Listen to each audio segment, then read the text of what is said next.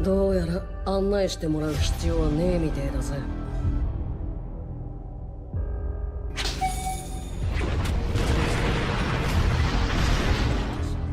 つまり友達は大事ってことだろ。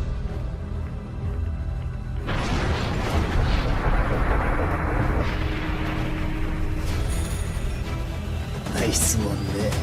外側なんてどうだっていいこと。解き明かしたいとする意志こそが私の死。それだけじゃ不満かしら。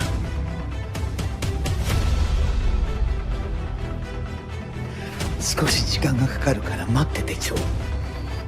そろそろ友達も来てる頃だ。忍びの世界も随分と堅苦しくなったものね。全ての真理を解き明かしたいとする意志こそが私の死。そうなってくれなきゃ困るけど。随分くだらない質問ね。外側なんてどうだっていいこと。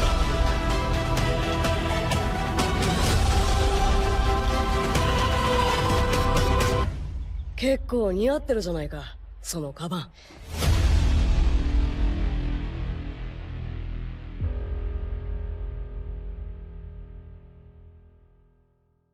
Well, this was my first animation, which I have ever created. I also spent only 4 days on it, and worked only with mouse and not with drawing pad, which is why it looks so basic and unfinished at some scenes.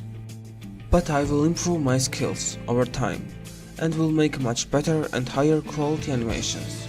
Second part of that animation is already on the way, and if you liked it, I have already created a separate channel about it, Astrojack Animations, where I will only upload animations and nothing more, where I will also upload them on this channel too. If you liked it, I would appreciate if you subscribed to that channel.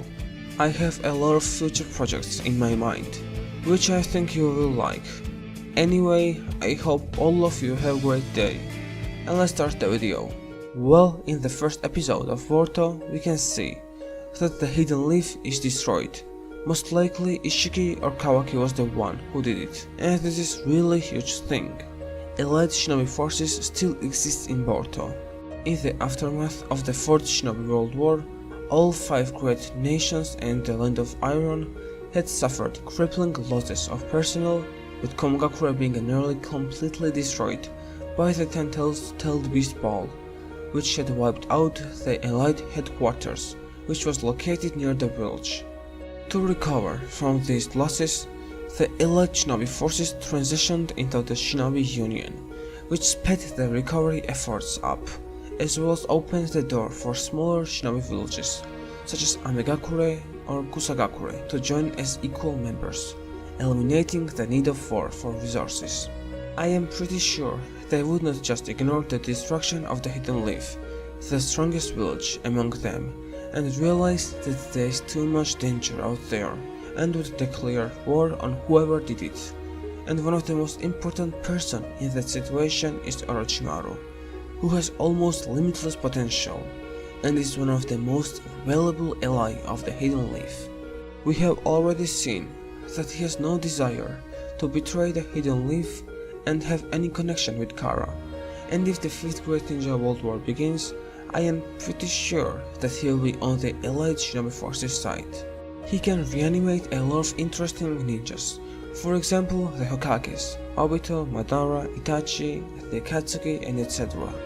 If they work together, they can potentially rival Ishiki Atsuki. Also, unlike the previous war, Orochimaru now owns Hashirama's cells. With it, he can produce white Zetsus and revive people without any living sacrifice. And now imagine every villain and hero uniting together in the Great Ninja War against their common enemy. It clearly would be one of the most exciting moments in the franchise history. Many people think that if Madara was reanimated in Boruto, he would be on enemy's side, since he himself was a villain for a really long time. But I disagree with that. Madara just had a different perspective of seeing things. Just like Hashirama wanted the good of the village, so did Madara. But his violent upbringing and powerful clan easily influenced his mind. At the end, even though Madara wanted peace, he sought it by enslaving humanity. Madara wanted the people to live in peace so much, he had prepared how to be resurrected.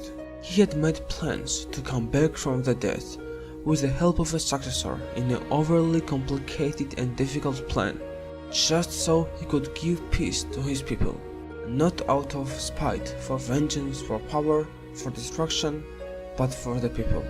His troubled mind sought this by enslaving the whole world in an eternal dream. Madara, however, finally realized how faulty his plans were, and they would never be successful, because he was heading the wrong way. He came to peace with the new generation taking over, and joined the afterlife with Izuna and Hashirama. So Madara has already properly realized what his wrongs were, and what the rights are. If he were to be resurrected in Boruto, he would be much like Sasuke.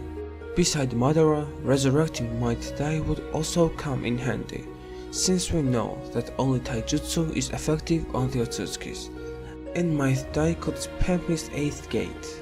He would be one of the most important allies for the allied shinobi forces in the war.